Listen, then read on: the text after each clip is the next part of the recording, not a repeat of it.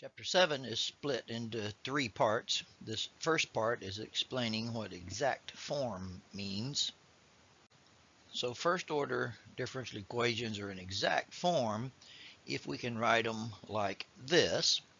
The bottom one is kind of a working form that a lot of people use. The first one is more of a specific form. However, there's also another requirement. To be an exact form, not only do you need to be able to write the differential equation like this, you also have to be able to say that the component called m and the component called n are indeed the partial derivative of some function known as the potential function, usually abbreviated phi. Now, to help explain what the exact form is all about and why it's important that we be able to do that, I want to review the chain rule from back in Calculus 1 to begin with. If we have phi as a function of y and y as a function of t, then the chain rule says the derivative of the composite function is the product of the derivative of phi with respect to y and y with respect to t.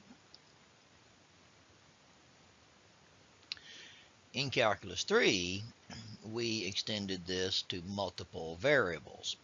In this case, we want to look at a situation where phi is a function of the variables x and y, where x and y are each functions of t.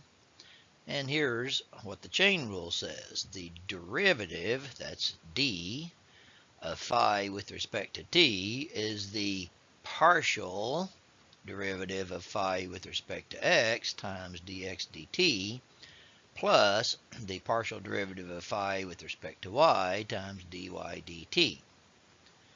However, we want to use the chain rule where phi is a function of the two variables x and y of x, neither of which are functions of t.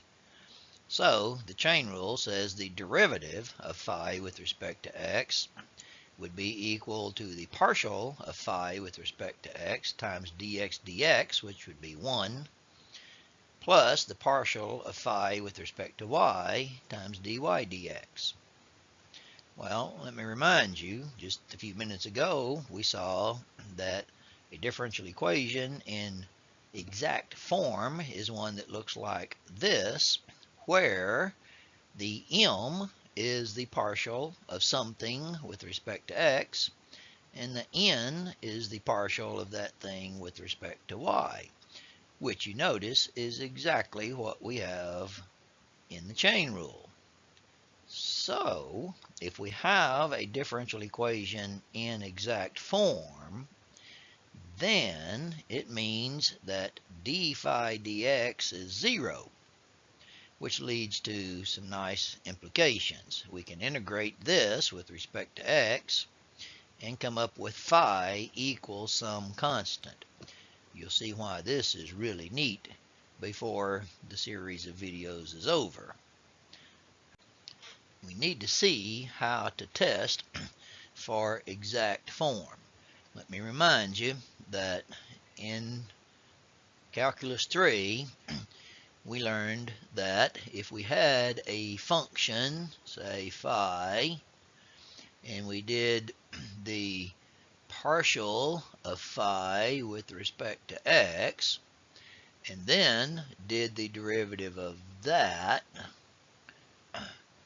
with respect to y, we call this the second partial of phi with respect to y and x. That was called a mixed partial. And we had this one little rule that we learned in Calculus 3 that said if you have a function, the mixed partials are always equal. So we're going to use that idea as our test to see if we got something in exact form. Now, the m, as you just been seeing, means the partial of phi with respect to x, and the n means the partial of phi with respect to y. All we're going to do is the second derivative of phi. We're going to do the derivative of the m with respect to y and the derivative of n with respect to x. So this is nothing more than the second partial of phi with respect to x and then y. This is nothing more than the second partial of phi with respect to y and then x.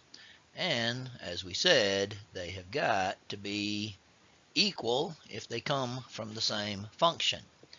So that's our test for exact form. So let's do that and see what we get. This one, the 2xy, is what we're calling the m. The 2y plus x squared is what we're calling the n. We need to do the partial derivative of the m with respect to y. That would be 2x. And the partial derivative of n with respect to x, which would be also 2x. Since they're equal, then it is exact form.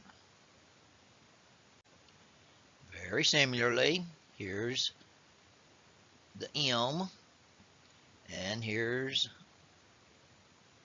the n. The partial of m with respect to y is 2x.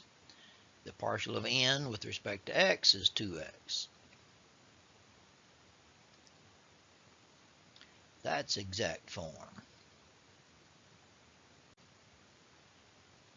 Now this one has m equals 3y plus 3y cubed, and n is xy squared minus x. The partial of m with respect to y is not the same as the partial of n with respect to x. So that is not exact form.